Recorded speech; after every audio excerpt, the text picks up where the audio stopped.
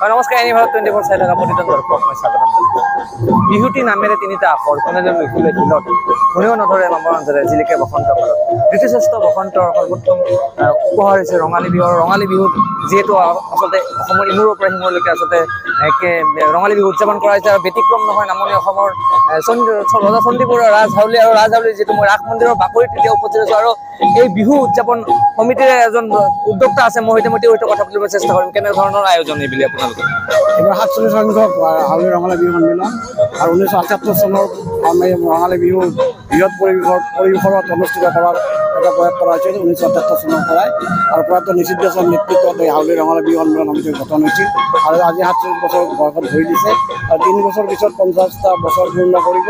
আজি এইবাৰ বৰ্ণাঢ্য কাৰ্যসূচী ৰঙালী বিহু উদযাপন কৰাৰ প্ৰস্তুতি চলোৱা হৈছে। আজি একদম নিজৰ দিন হিচাপে আজি পালন কৰা হৈছে আৰু এই নিজৰ দিনত সমাজৰ বিভিন্ন স্তৰৰ প্ৰায় 14গৰাকী ব্যক্তিৰ সমন্বয় জনোৱা হৈছে আৰু অহা 20-21 এপ্ৰিলত ৰঙালী বিহুৰ বাকী দুই দিনৰ কাৰ্যসূচী অনুষ্ঠিত হ'ব আৰু 2 দিনৰ কাৰ্যসূচীত মুকলি বিহুকে ধৰি বিভিন্ন প্ৰতিযোগিতা খেল ধেমালি অনুষ্ঠিত হ'ব আৰু 21 এপ্ৰিলৰ যিটো সাংস্কৃতিক সন্ধিয়া তাত প্ৰিয়ংকা ভৰালীৰ গীত পৰিৱেশন কৰিব আৰু এই বিহু সন্মিলনত যোৱা কেইবছৰৰ পৰা অলপ জনসমাগম কেৰেঙা দেখা গৈছে, কিন্তু আগৰ যি বিহু আছিল সেইবোৰ বিহুত মানে জনাকীৰ্ণ আছিল। এতিয়া কিছু মানুহৰ মন হেৰেঙা হৈছে, গতিকে আমি আশা কৰিছোঁ এতিয়া এইবাৰ যিহেতু মণ্ডপখন স্থায়ী মণ্ডপত বিহু উদযাপন কৰা হ'ব, গতিকে আমি ৰাইজক সদল বলে আহি যি অহা যি 2 দিনৰ কাৰ্যসূচী আছে কাৰ্যত যোগদান কৰিব।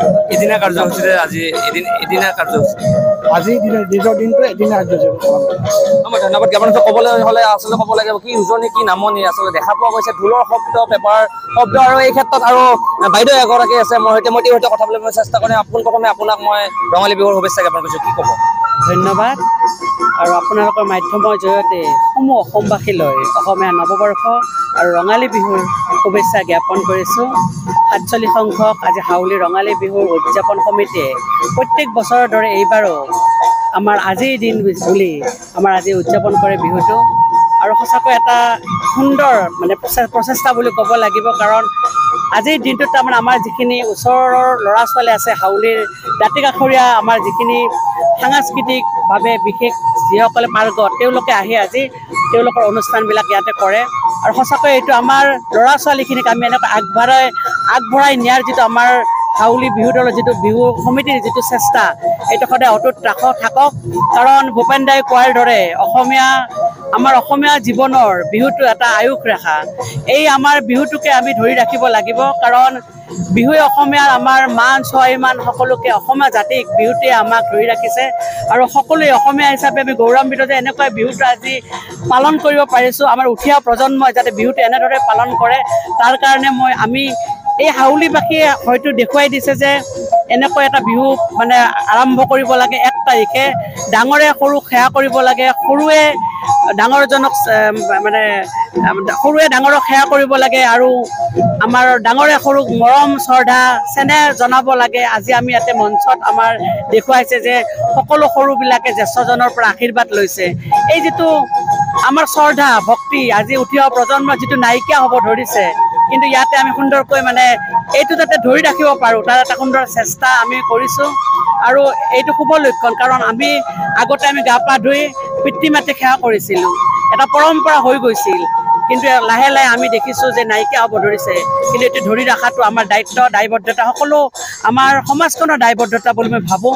সেইকাৰণে বিহু বুলি ক'লে বিহু যদি এফাকি গাই শুনায় আৰু বিহু নাচিছিলোঁ আগতে মই ৰাংঢালী বিহুৱা দলৰ বহু বছৰ আগতে আমি বিহুৱতী আছিলোঁ এটা সময়ত। আপোনালোকে কৈছে মই এফাকি যোজনা গাই দিছোঁ। ও জানো ঐ কুলিৰ কুমলীয়া ঐ মাত কুলিৰ মাতে শুনি ৰ'ব মই নোৱাৰো ঐ এৰি যাওঁ পেটৰে মই বাইদেউ ধন্যবাদ জ্ঞাপন কৰিছোঁ। আচলতে কি উজনি কি নামনি সকলোতে দেখা পোৱা গৈছে ঢোলৰ চেউত নাচনীৰ প্ৰদৰ্শনা চলিছে আৰু যিহেতু মই ৰাস মন্দিৰ প্ৰাংগণত উপস্থিত আছোঁ, ইয়াতো আচলতে এদিনীয়া আচলতে 47 সংখ্যক ৰঙালী বিহু উদযাপন কৰা হৈছে। মোৰ কেমেৰা সহযোগী সৈতে মই কৌশিক দাস, এনিভাৰ 24।